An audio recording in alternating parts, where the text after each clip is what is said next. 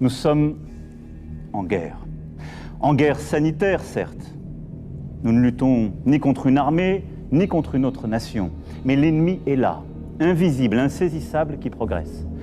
Et cela requiert notre mobilisation générale. Nous sommes en guerre. Quand la Chine ralentit, le monde entier la suit. Et même pire, il semblerait qu'il suffise aujourd'hui d'une seule ville chinoise à l'arrêt pour plonger l'économie mondiale dans le chaos. La Chine a été le premier pays frappé par le coronavirus. Elle a aussi été la première à s'en débarrasser et à reprendre le chemin de la croissance, plus vite et plus fort que partout ailleurs. Mais manifestement, il n'a pas été totalement éliminé. Depuis le début de l'année, c'est la rechute qui apporte avec elle le retour de ces images familières et inquiétantes de la Chine en quarantaine. Les Chinois connaissent bien leur microscopique ennemi et ont développé une arme exclusive pour le combattre. On l'appelle la politique du zéro Covid, un ensemble de mesures draconiennes pour chasser les microbes partout où ils pourraient se cacher, mais qui coûtent bien cher au pays comme au reste du monde. Au 1er mai dernier, 19 provinces chinoises sur 34 et 360 millions d'habitants sont paralysés par les restrictions et une étroite surveillance sanitaire. Les performances économiques du mois d'avril 2022 sont les pires que le pays ait connues depuis 2 ans, avec un recul de la production industrielle de 2,9% comparé à 2021 et une consommation en baisse de 3,5%. Partout dans le monde, les prévisions de croissance chinoise pour cette année sont revues à la baisse et celles de nombreux autres pays aussi. Pourtant, avec des statistiques aussi brillantes que celles de la Chine en termes de pandémie, la plupart des observateurs se demandent bien pourquoi Pékin persiste sur cette voie. Pourquoi engager toute l'économie et paralyser les plus grands centres d'échanges commerciaux, dont la capitale économique, pour une maladie qui ne fait que 0,0003% de victimes parmi la population ? Ne serait-ce pas un peu exagéré ? Eh bien, c'est que tout cela n'est pas motivé que par des raisons sanitaires. Le gouvernement chinois sait parfaitement ce qu'il est en train de faire et je vais maintenant vous expliquer tout ça. Mais juste avant, et si ce que nous faisons sur cette chaîne vous plaît, n'oubliez pas que vous pouvez nous le faire savoir en rejoignant les rangs de nos fidèles abonnés. Et c'est aussi le meilleur moyen de nous soutenir et de ne rien manquer. Merci à toutes et à tous et bienvenue sur Money Radar.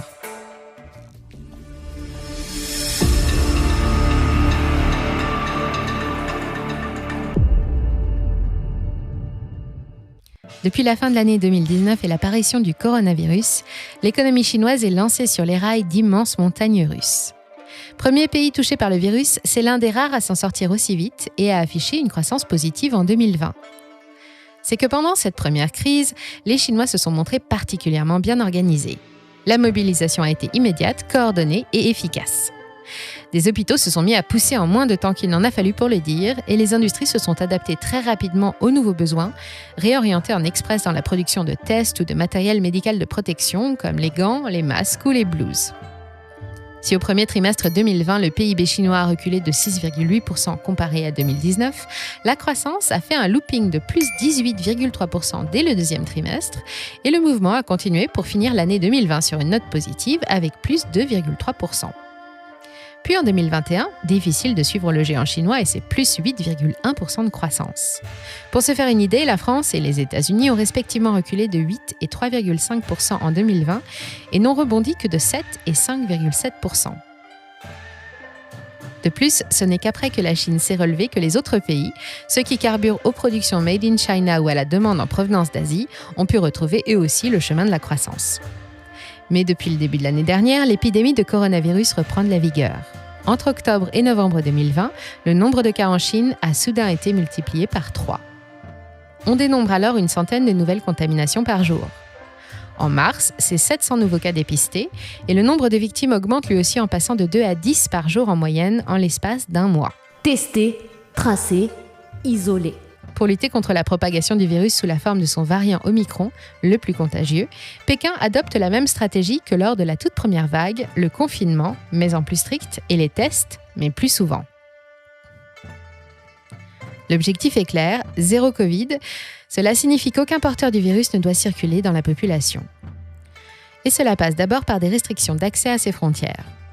Si vous aviez prochainement prévu une escapade découverte de la cité interdite, oubliez. En clair, après avoir respecté un délai de quarantaine de 14 à 21 jours, vous resterez coincé dans la ville d'arrivée pour une durée indéterminée. À Shanghai, la capitale économique, 26 millions de personnes subissent une invraisemblable chasse aux malades. C'est le deuxième volet de la stratégie anti-Covid, détecter et isoler les clusters les plus actifs. Les autorités imposent des confinements ultra-localisés avec contrôle strict à l'entrée de certaines villes, quartiers ou immeubles.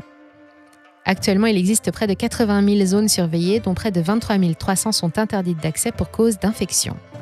La population doit se faire tester tous les 2 jours et toute personne positive est immédiatement placée à l'isolement dans un hôpital ou un centre collectif de quarantaine, un lieu spécialement aménagé pour l'occasion et que beaucoup de Chinois redoutent.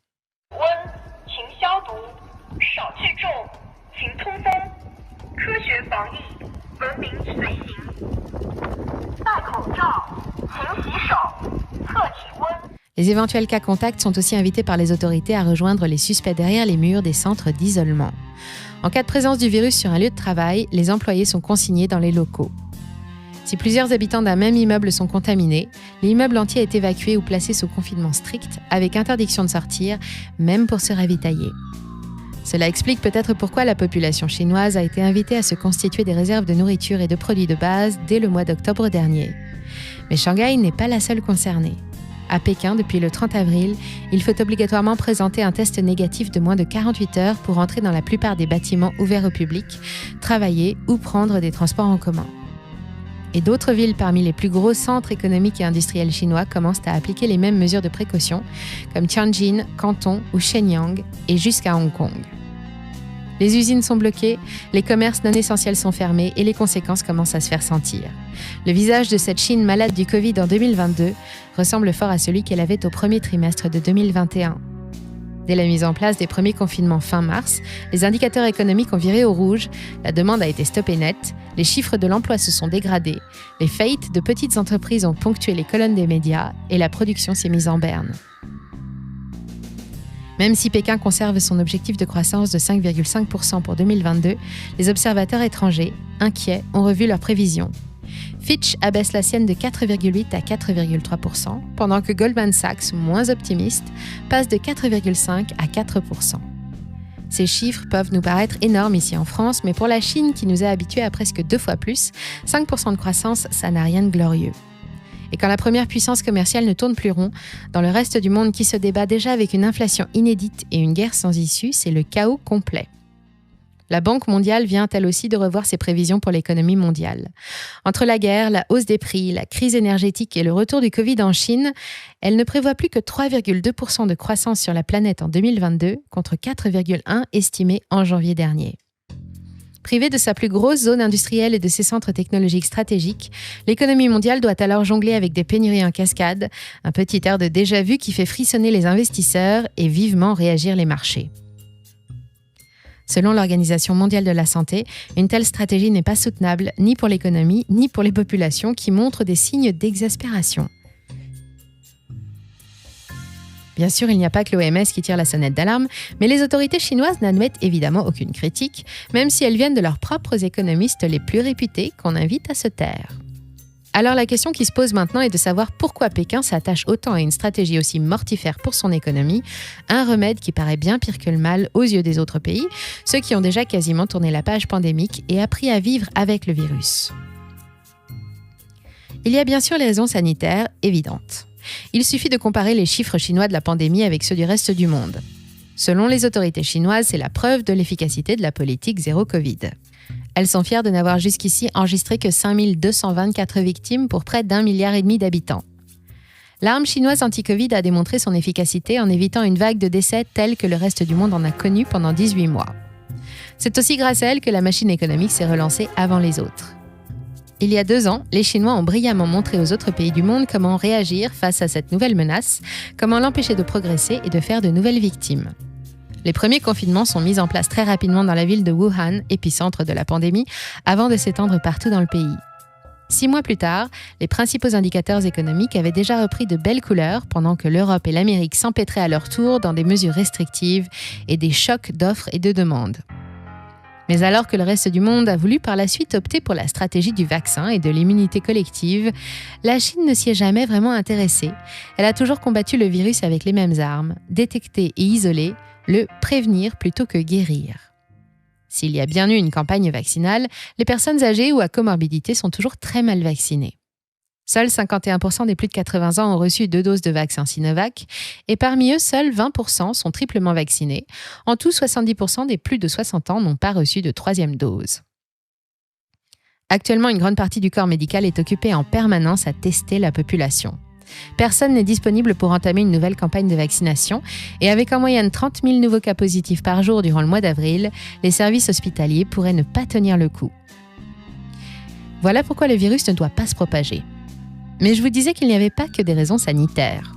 Le zéro Covid cache aussi autre chose. Tout ça est bien évidemment politique. À la Fondation pour la recherche stratégique, on a bien compris les raisons de cet entêtement. La Chine compte une nouvelle fois prouver la supériorité de sa politique zéro Covid sur toutes les autres stratégies, notamment celles plébiscitées dans les démocraties libérales de l'Ouest.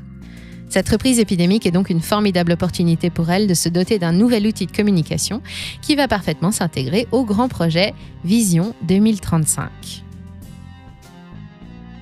Vision 2035 a été dévoilée l'année dernière au 100e congrès national du parti par le président Xi Jinping. C'est un nouveau plan mis en place en parallèle des plans quinquennaux habituels et qui ambitionne de porter le pays en tête des plus grosses économies de la planète, donc devant l'Amérique dès 2030.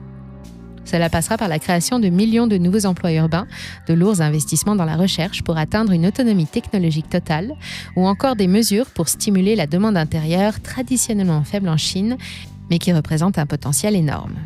Pour se faire une idée, quand elle représente environ 60 à 70% du PIB dans les pays d'Europe, en Chine, elle dépasse rarement les 40%.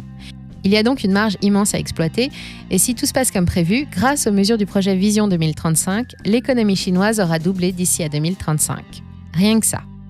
Alors pas question de laisser une créature microscopique venir coincer la belle machine spécialement imaginée pour le 100e anniversaire du Parti communiste, et pas question non plus de laisser le monde croire que la Chine fait des erreurs.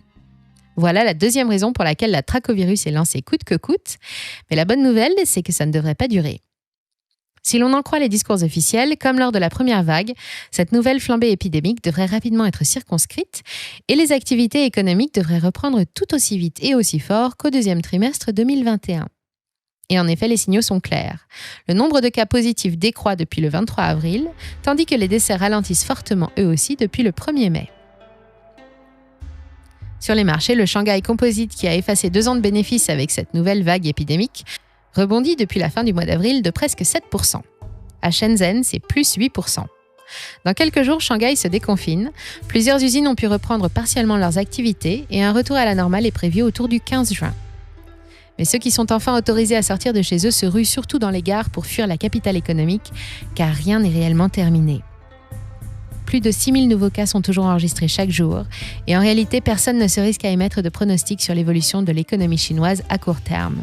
Elle ne dépend que de la circulation du virus, et les autorités ne dérogeront pas aux règles du zéro Covid, quitte à les maintenir jusqu'à 2023 et sacrifier une partie de son économie.